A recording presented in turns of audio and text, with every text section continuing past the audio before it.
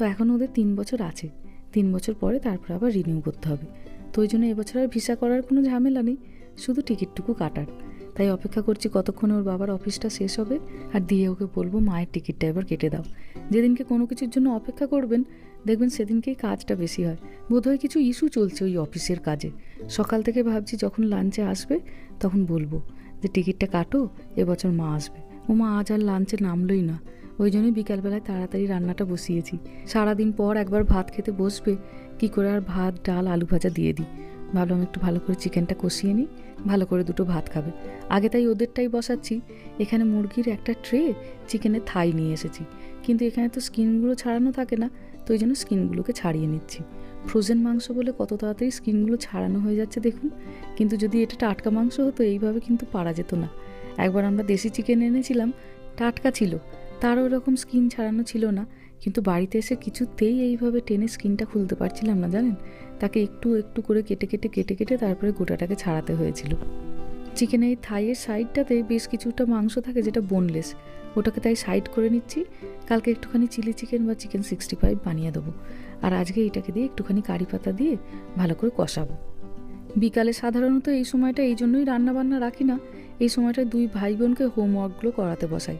এখানে তো আপনারা জানেনই যে খুব একটা প্রাইভেট টিউশন পাওয়া যায় না, কিছু কিছু সংস্থা আছে, চাইলে আপনি দিতেই পারেন। তারা মাসে $180 চার্জ করেন। $180 মানে প্রায় ধরুন ওই 14 থেকে 15,000 টাকা। তো ওই জন্য রামাকে আর কোথাও দিইনি। তবে মেহা অঙ্ক করে, কিন্তু ইন্ডিয়াতে একটি সংস্থা তারা অনলাইনে পড়ায়, খুব ভালোই পড়ায়। মেহা তো দেখি অঙ্কটা বেশ ভালোই করে। আর সুবিধা যেটা হচ্ছে যে মেহা একা পড়তে পারে, কিন্তু এখানে যে সংস্থাগুলি আছে সেগুলিতে গ্রুপে পড়ানো হয়। কিন্তু দেশের যে সংস্থাটি থেকে মেহা পড়ে, তো ওখানে একজন টিচার আছেন, উনি শুধু মেহাকেই পড়ান। আর অনেক দিন ধরে পড়াচ্ছেন বলে ওদের দুজনের মধ্যে সম্পর্কটাও খুব সুন্দর হয়ে গেছে।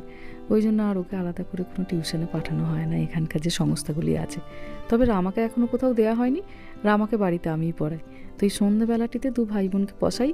মেহা তো স্কুলের প্রচুর হোমওয়ার্ক থাকে, স্কুল থেকে আসার পরে 1-1.5 ঘন্টা ওদেরকে ছেড়ে দিই। ওরা একটু আইপ্যাড দেখে, টিভি দেখে, গল্প করে, দু ভাই বোন আমার সঙ্গে গল্প করে। তো এই 5:30 থেকে দু ভাই বোনকে বসাই আমার কাছে। মেহা মেহার মতনই পড়তে থাকে, কিন্তু কাজটায় থাকে আমার, আর আমাকে তো পুরোটাই দেখতে হয়। এই যে সেদিনকে ওই যে বলছিলাম যে চিকেনের স্টমাকের ট্রেটা এনেছি, এই দেখুন এক ট্রে ভর্তি স্টমাক। ছোটোবেলায় রবিবার করে যখন চিকেন আনতো বাবা, তো একটি করে স্টমাক নিয়ে আসতো, আর আমার ভারী ভালো লাগতো ওটা খেতে জানেন।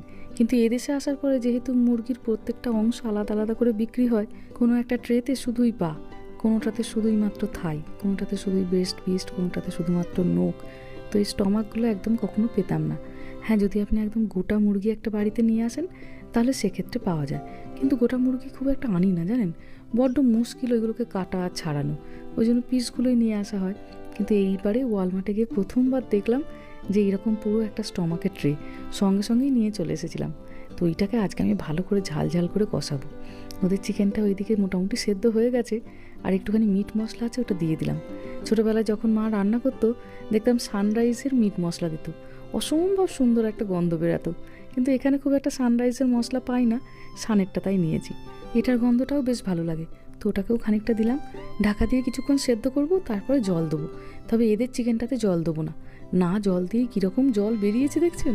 চিকেনের জলেই চিকেন সেদ্ধ হয়ে যায়, আর তার উপর ফ্রোজেন চিকেন 20-25 মিনিটের মধ্যে এতটাই নরম হয়ে যায়, হাড় থেকে মাংস খুলে আসে। একটুখানি গরম মশলা দিয়ে দিলাম, দিয়ে এবার ঢাকা দিয়ে রেখে দেবো। ব্যাস, এদেরটা তৈরি হয়ে গেছে। তবে আমারটাতে একটুখানি জল দিতে হবে, নাহলে ভালো করে সেদ্ধ হবে না ওটা। আজ এত বছর পরে আমাদের বাড়িতে কেউ আসছে, মনটা একটা অন্যরকম আনন্দে ভরে আছে জানেন। ছেলেমেয়েরাও বড় মিস করতো, বিশেষ করে প্রত্যেক দিন স্কুল থেকে ফেরার সময় দেখতো কারুর না কারুর হয় ঠাকুমা, নালে দিদা, নালে দাদু অপেক্ষা করতো তাদের নেবার জন্য। আর ওরা ভাবতো ওদের জন্য অপেক্ষা করে শুধু হয় মা, না হলে বাবা।